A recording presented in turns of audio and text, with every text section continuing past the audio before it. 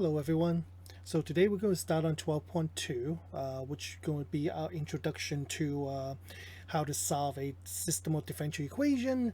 And we will start with a very basic type of system called linear system.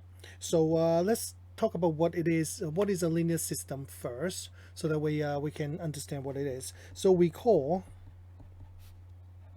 from chapter 10 a first order differential equation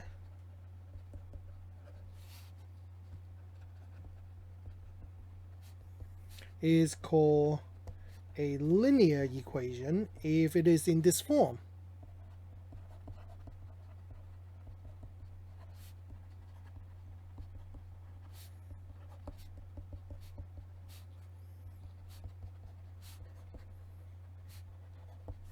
And I'm going to write out the form that's relevant to what we're doing, which is dx over dt equal to a of t x plus b of t. Some of you may remember actually see it in this form, which is y prime plus, actually maybe I would say minus g of x y equal to f of x.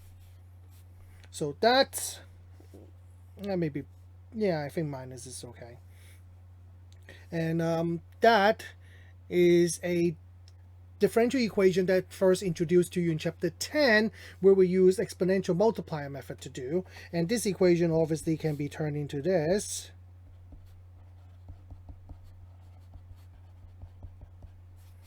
And you can now see that that actually very mirror what we have on the top. If I simply do this,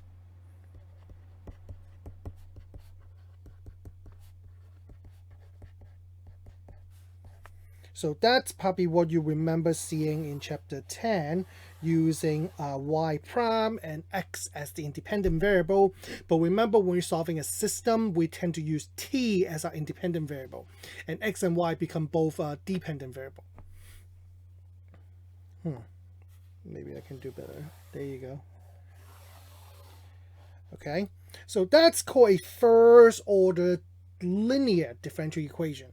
So now what I want to do is this. So in this case, in this notation right here, a of t and b of t are basically real value functions of t over some intervals. So similarly, we can define a system to be a linear system by following the same structure. But of course, because it's linear and because also is a system of differential equation, we will write it in what we call vector form. So an n-dimensional first order system,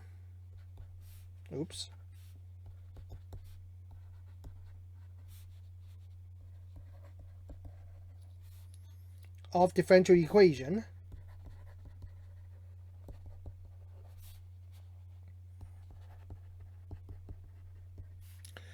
is called a linear system. And of course, you can imagine that we most likely be doing only linear system. Non-linear system are extremely difficult to do. If it is in the form of, and the form mirror what we know as from chapter 10, and that will be d vector x over dt equal to a of t vector x plus vector b of t. So notice they mirror what we have from what we learned in chapter 10. Instead of just the function x, we now have the vector x, which stand for, in this case, an n-dimensional vector, obviously. And what is capital A of t? So that actually become a matrix, and then b of t now become a vector b of t. So if you think about it, it's actually kind of like how we go from a single equation to a system of equation in chapter 2 of multivariable calculus. So here, let's define some of these stuff right here, where A of t is an n by n matrix in this form. A of t is equal to A11 of t, A12 of t, dot dot dot to A1n of t, and then A21 of t, A22 of t, dot dot dot to A2n of t, and then this pattern continue to AN1 of t, AN2 of t, dot dot dot to ANN of t.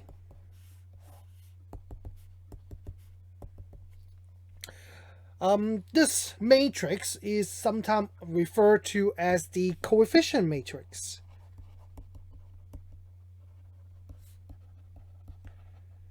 Just like what you remember learning back in chapter 2 in multivariable calculus, except this coefficient matrix would be a function of t. It just can't be a function of x because vector x is what we're looking for. And of course, vector b of t is an n-dimensional vector. Oops.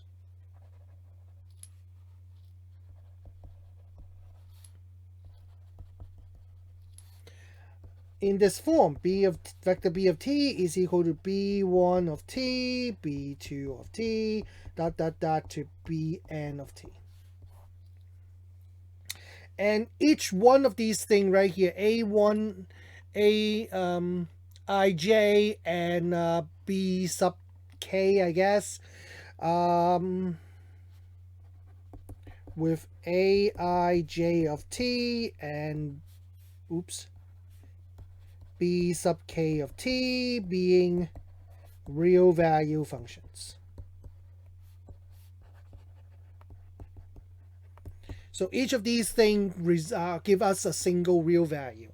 Now they could also be constant also, okay? Which is, as a matter of fact, most of the function that we will be doing, we'll probably have most of them being constant just to make the problem easier. And if you think about it, it's basically the same exact concept as constant coefficient differential equation, which we spend so much time on because that is the most basic and simplest differential equation that we can do. And yes, despite how difficult you think they are, those are the most basic differential equation.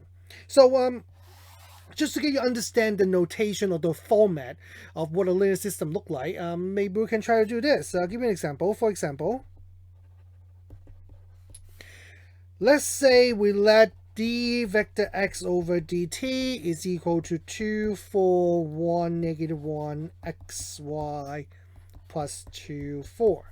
So therefore, in this scenario right here, this is my capital A of t, which just so happen to be constant, so it's independent of t. This become my vector x, which is our typical xy in R2. And then this become my vector b of t, which in this case also constant. And how does this transform into a system of differential equation? Pretty simple. D vector x over dt is equal to 2, 4, 1, negative 1, xy plus 2, 4. So all you have to do is simply identify the d vector x over dt is dx over dt and dy over dt. And 2, 4, 1, negative 1, the matrix 2, 4, 1, negative 1, and xy can be multiplied out. If I multiply out, that will become 2x plus 4y, and then x minus y, and then that get add to 2, 4. And so therefore, give me this. Give me dx over dt equal to 2x plus 4y plus 2, and dy over dt equal to x minus y plus 4. And that form a system of 2 differential equation. So a system of dimension 2. So how do we actually solve a system like this?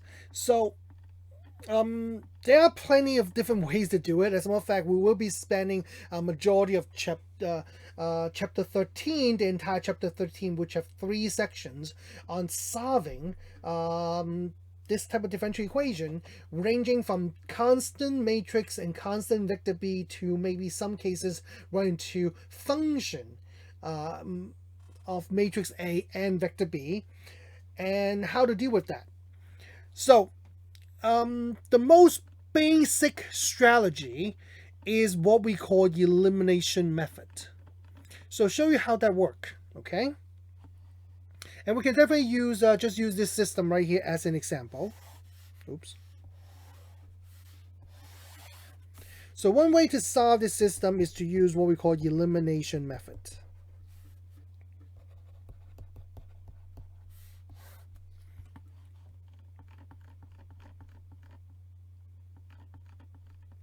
So how do we do elimination method? So if you might recall the word elimination method. So elimination method basically meaning that we are trying to reduce the system by reducing the number of equation and eliminate some of the unknown variable within the system. So that's basically how we're going to do it. So in this case, but solving a system of equation like this is a little different. So here's the general idea. In the elimination method,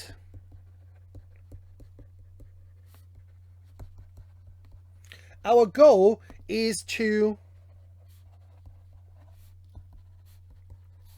eliminate unknown functions from the system until there is only one differential equation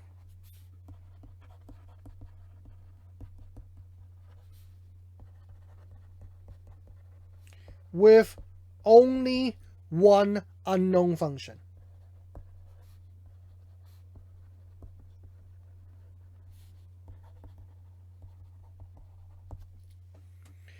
And that's how we're going to solve it. So essentially, the elimination method is exactly the same as what you remember probably learning back in multivariable calculus chapter 2, where we learned about solving linear system, is to try to reduce. So right now what we have is a dimension 2 system. Okay, it's called dimension 2 system because we have 2 unknown with 2 equations. So what we're going to try to do is to reduce it into one single differential equation with one unknown. And guess what? And once we get that, then that would just simply mean that our problem become what we learned in the entire chapter 10 and chapter 11.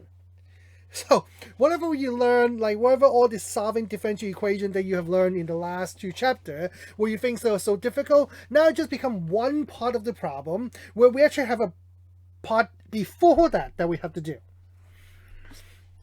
And to show you how this is done. So the idea is actually quite ingenious, especially with the notation that we have. So let's go and try to solve this system right here. So let's go for this system. So this system we have is dx over dt equal to 2x plus 4y plus 2. And then dy over dt is equal to x minus y plus 4. So using this elimination method, I'm not going to use it in matrix form. And you might be thinking, well, then why do we put it in matrix form? Well, later on, we will learn to use matrices to help us solve system of differential equation, where the system of differential equation is a lot harder to do. This system right here is still a very simple system that we can do. Okay, so how do we proceed with this? So the first thing I'm going to do is I'm going to try to rewrite them. I'm going to try to rewrite them into a differential operator form. And also putting all the unknown function on one side of the equation with anything else on the other side. Okay, so therefore meaning that I'm going to try to rewrite them by replacing the dx over dt with some kind of differential operator. And also getting the x and the y as well, all the derivative on one side with everything else on the other side.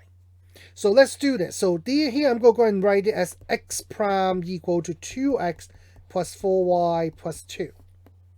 And then I'm going to move the 2x and 4y over. So become x prime minus 2x minus 4y equal to 2. And I'm going to rewrite x prime minus 2 using differential operator. D minus 2 of x minus 4 equal to 2. So that becomes an equation that I'm going to work with in a little bit. And I strongly suggest that you take a minute to do the second equation on your own by pausing the video and then check to see if you did it right. Okay, I'm going to continue to go ahead. So we're going to say this is y prime equal to x minus y plus 4.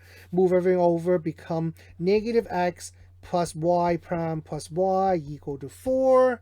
And then what I have is negative x plus d plus 1 of y equal to 4.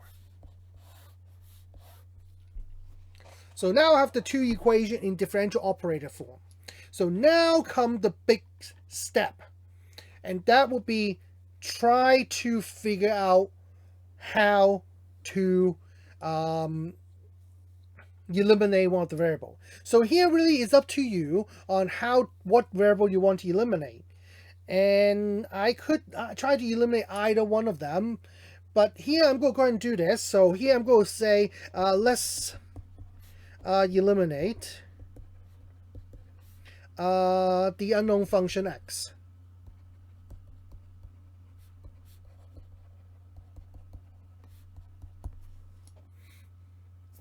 So to do that, what I need to do is basically kind of subtract out the x.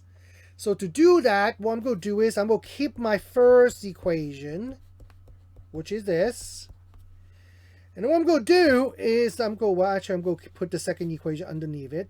And I'm going to line up the variable. What I'm going to do is I'm going to keep my first equation exactly the same.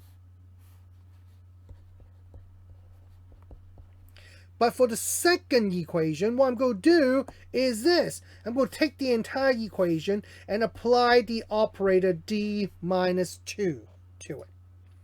And when I do that, what I have will be negative d minus 2, I forgot the x plus d minus 2 d plus 1 y equal to d minus 2 of 4.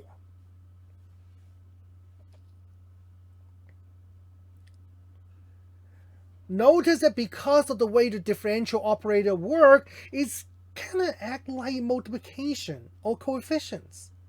So now if I look at this and I now add these two equations together, notice that the d minus 2x will just subtract it out.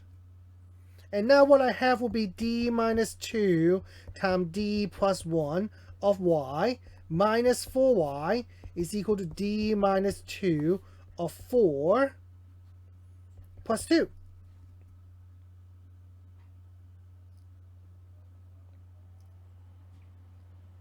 So now it's just a matter of trying to figure out what this whole thing come out to be. So let's see if we can do this.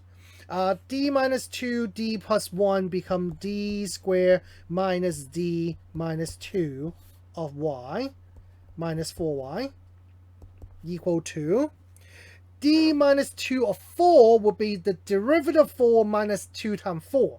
Derivative of 4 is constant, so therefore derivative of 4 is 0. So it becomes minus 8 plus 2. Combining these, the left-hand side, I would have d squared minus d minus 6 of y equal to negative 8 plus 2, which is negative 6. And further factor it, tell me that this becomes d minus 3 d plus 2 of y equal to negative 6. Now it becomes a simple differential equation with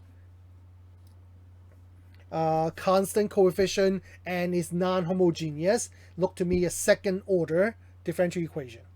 So this second order differential equation, even non-homogeneous, should be pretty easy to do. As a matter of fact, you have learned multiple techniques on solving this equation already. So what I'm going to ask you to do is go and look up your note from chapter 10 and 11 and try to solve this equation. This is a very simple equation that you should be able to do on your own without me showing you what you need to do.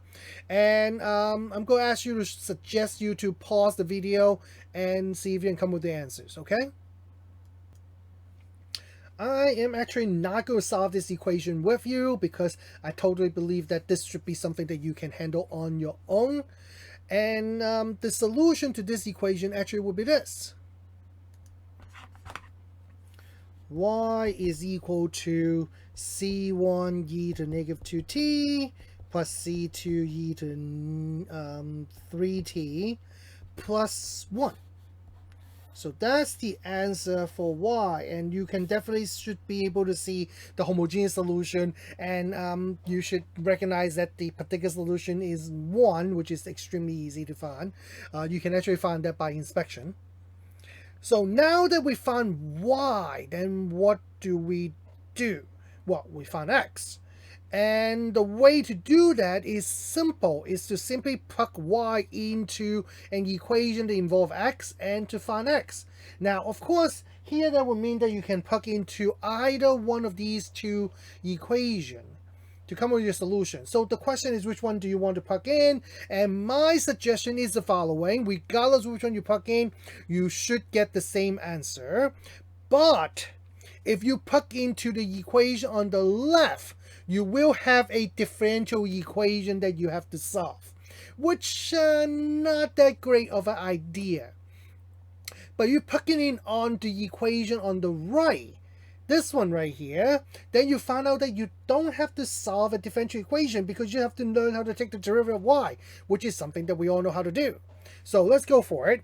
So now what I'm going to do is I'm going to take the equation, negative x plus d plus 1y equal to 4, and that would imply that x is equal to d plus 1 of y minus 4.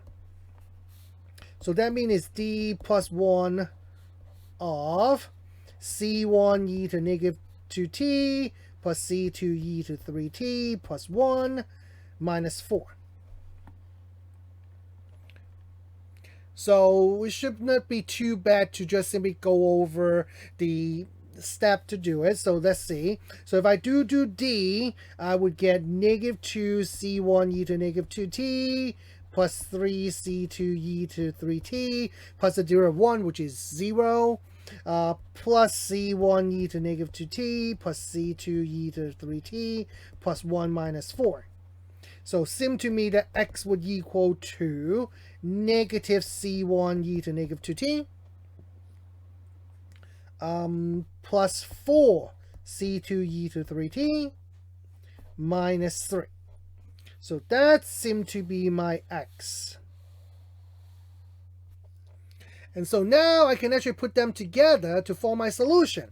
So I can say xy is tangent equal to x of t, y of t, because they're both actually function of t, and that's equal to negative c1 e to negative 2t, oops, forgot the negative 2t, plus 4 c2 e to 3t minus 3, and then y, which is c1 e to the negative 2t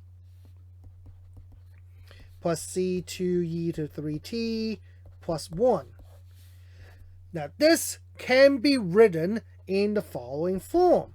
c1 e to negative 2t multiplied by the vector negative 1, 1 plus c2 e to 3t multiplied by the vector 4, 1 plus the vector negative 3, 1.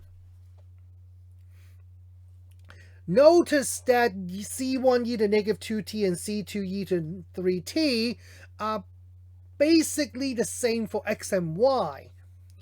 And it's just that they have a vector attached to, which is negative 1, 1 and 4, 1. So eventually we're going to try to learn how to figure out what those two vectors are and how to find them without actually go through this process. So that way you can actually write out the solution easier. And of course, the negative 3, 1 is actually relating to the vector b in our system. which is right here, the 2, 4. So eventually we're going to learn how to generate these stuff based on the coefficient as well as based on the vector B. So basically we try to figure out how to form these 3 vectors using matrix A and the vector B. And that way you can bypass this whole process of elimination. All right, I think we'll stop right here for today's video. What I'm going to do is, actually I don't have anything else to show you. So what I'm going to probably do is to show you some more example in tomorrow's video. All right, I'll talk to you guys again soon. Okay, bye-bye.